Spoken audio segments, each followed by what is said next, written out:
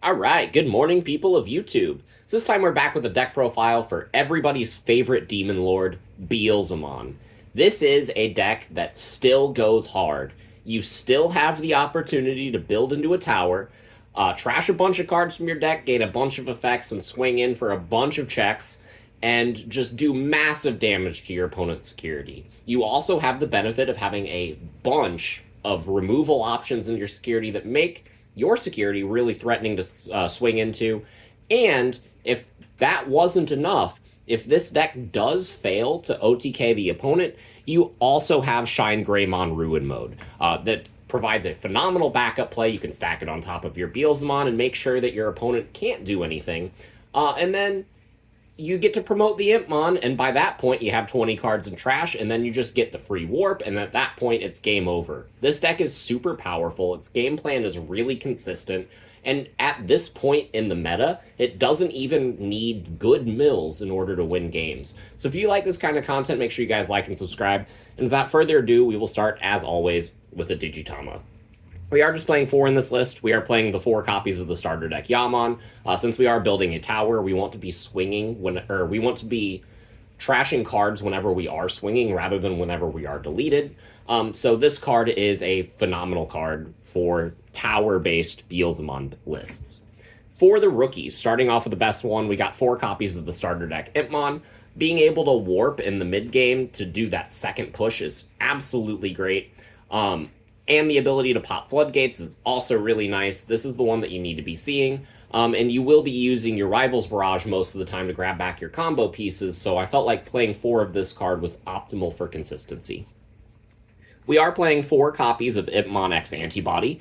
This card is super great at grabbing back Beelzemon X, copies of Balmon, or any combo piece that we might need, as well as getting dead option cards out of our hand and into our trash, where they can help bump that number up. This is a phenomenal card, and it has an inheritable effect that lets you trash more, which means whenever you are going into your Beelzemon play, this one's trashing 4. If you go into the other one, you're trashing at minimum 2, sometimes 4, and then you have this Yammon to trash 2 more, and then any other inheritable that you have to trash even more cards, meaning that your first swing is getting you upwards of that number that you need to be getting for that 20 cards in trash threshold. And then if the stack does die, that will definitely put you up over the edge. So this is a phenomenal card, not only for consistency, but for facilitating our main play. And then for the last rookies, we do have the limited Impmon from EX2 and the one of BT6 Impmon. So if the Beelzemon X dies, you're pulling back an Impmon. This BT6 Impmon is a great card to play. It gets you whatever combo piece you need from your top end, and it's really nice. And of course, we do have the limited Impmon.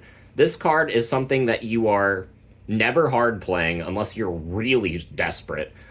This is a card that you're stacking on top of your deck off of the Iron Mako most of the time in order to get additional mills. But if you have to put it in your stack to get over big DP thresholds, this is an inheritable plus 3,000, and I have found myself doing that before. But I'm only playing 10 rookies because these are the best Impmons that we can play, and I'd rather, instead of upping my rookie count, I'd rather play more boost to see into what I need. So I felt like these were the best Impmons, and I'm maxing out at every one of these that I can play, except the BT6 Impmon, which I felt like was good as a one-of tech.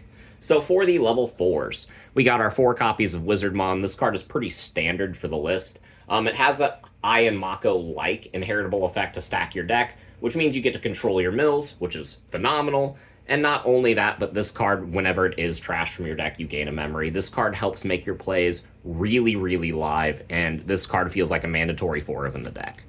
I'm playing 2 copies of Wizardmon X. This card is pretty good, but it's kind of better whenever you don't have the Wizardmon, just because gaining blocker isn't as relevant as trashing 2 cards. So this card is like a backup level 4, and it does have that nice inheritable effect of being able to trash 2 whenever you are attacking. So if you do put a Wizardmon in your stack, and then you go on top of this, you can control whatever card you're going to trash by stacking a card and then trashing it off of this, meaning you're getting just really controlled mills, and that's what the deck wants to be seeing. But I felt more than 2 was a little bit clunky, and I would rather play a single copy of the starter deck Witchmon. This is just a standard when Digivolving Trash 3 from the top of your deck, which is really good for this deck, and it has an inheritable effect of gaining DP, which again can help up against certain red matchups, certain green matchups, especially when Tyrant gets introduced into the format. Tyrant Kabuterimon is a deck that you are going to be wanting a lot of DP in order to swing over, and this card does help with that. So in BT16, you might actually find yourself upping the copies of this card and cutting some Wizard X, but only some future playtesting will be able to tell that. So for the level 5s, running a pretty light count, we are playing just the 3 copies of the starter deck Balmon, and then 2 copies of Balmon X from BT12. So both are really good for milling 3. This card will get you an X antibody back, which means you don't have to care if you mill X antibody, which is nice. Both are inheritable DP buffs, which means you're getting really big once you've hit level 5 or higher.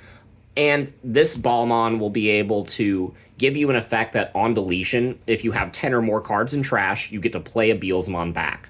Which means if you're playing against something like Security Control, right, and you have this Balmon that went up into a Beelzemon X, and you're swinging, and then the Beelzemon X will trash a card when Digivolving, and then let's say it does die against Security, or, you know, you blow up a Shadow Seraphi and its effect kills you, then you are going to be able to float back into a Beelzemon from this effect, and an Impmon from the Beelze X's effect, and then that Impmon could be the BT6 Impmon to grab back the Beelzemon X that just died, and then you can take the new Beelzemon that you played and go into another Beelzemon X and trash even more Security, making that matchup actually better than you think it would be. So these level 5s serve a lot of functions. They enable a lot of plays, and I think these are the best ones that you could play in the deck. I've seen people argue over the BT10 Balmon, and I don't believe in that card. But if you have a good argument as for why I should include it, please leave it in the comments down below, because I'm always open to receiving new information. But for the level 6s, we have 2 copies of the starter deck Beelzemon. This is our main boss monster. It's gaining us memory whenever we trash a card. It itself is trashing 4 cards, so we're going to gain memory whenever we go into this. And then if a card is trashed, we get Sec Attack up. That carries throughout the stack, meaning that this card not only is a boss monster, but further enables our boss monsters that go on top of this, which makes this card really kind of dumb. Although I did feel like 2 was kind of all you needed, I was considering dropping a copy of the EX2 Beelzemon to bump this guy up, just because having this guy in your first stack is really nice. But the EX2 Beelzemon does come up against every matchup that is not Leviamon, which is really nice. There are a lot of matchups in this format that are not Leviamon, so this card is just a generically good card. If it's milled, you play an imp, and then when Digivolving, you mill and blow something up, and when attacking, you mill and blow something up. So the double pop does come up. I say it again, but especially into matchups like Levia, where you really need to blow up their Levia once it's already hit the board. So this is really nice for that.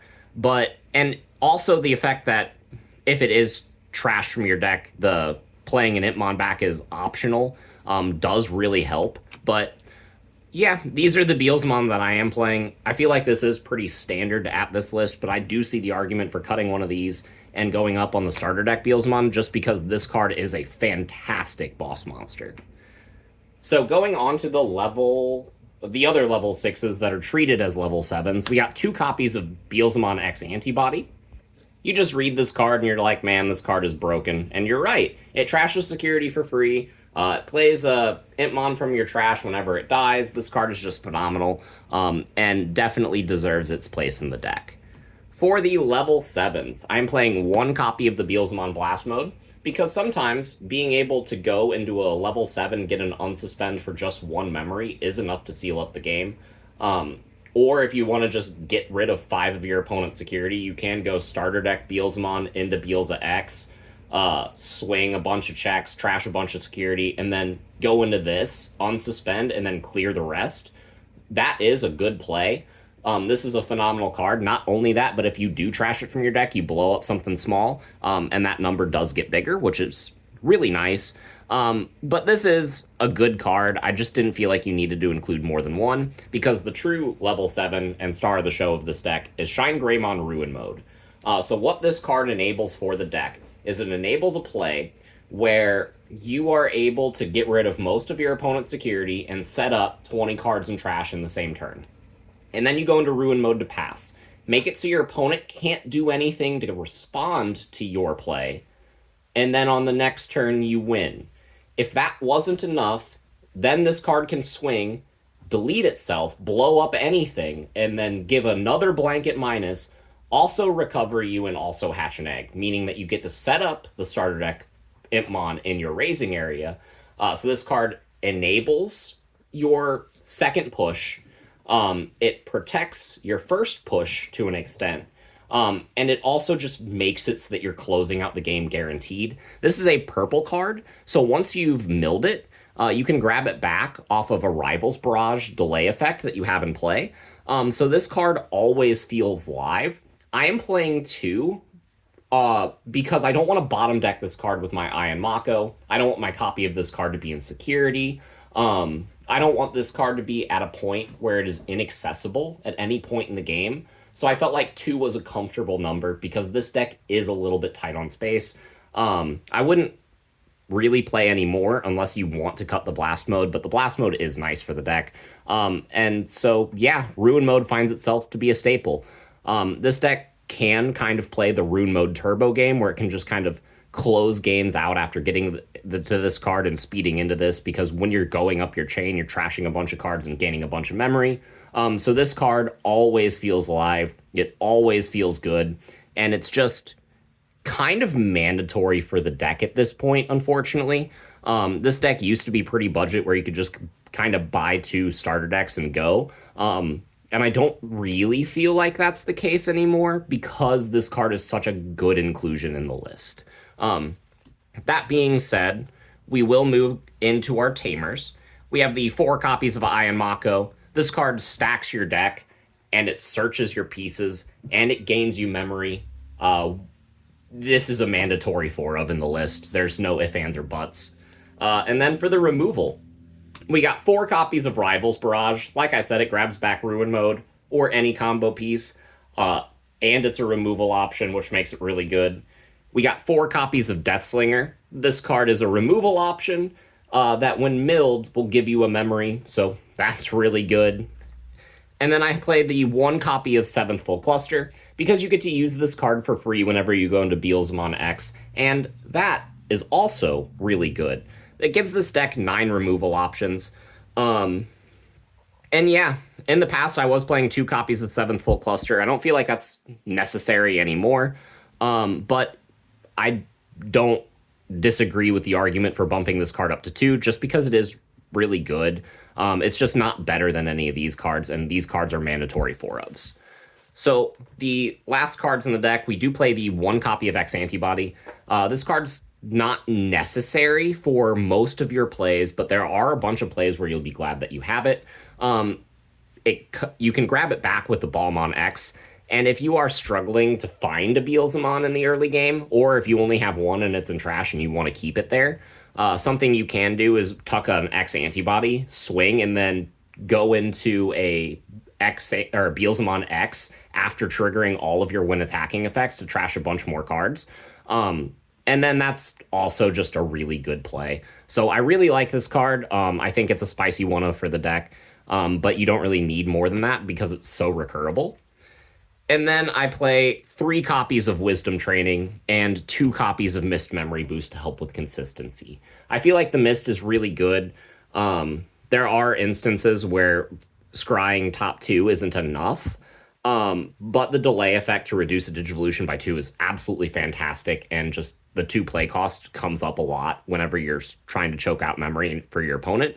And the Mist Memory Boost is just almost an in-archetype boost for this deck, just because it's a mill and a boost, and that's really good. But the 3 play cost makes it kind of awkward in some situations, so I didn't want to clump, so I felt like 2 was the perfect number for this card. But yeah, that's it for the deck build. I think this deck is a lot of fun, and it's a deck that rewards players that put in a lot of practice. And it's not the highest tier deck, but that's just because all people aren't playing it right now. Um, and I feel like this deck definitely has a chance to succeed. So let me know what you guys think in the comments down below, and we will see you all in the next video. Bye, everyone.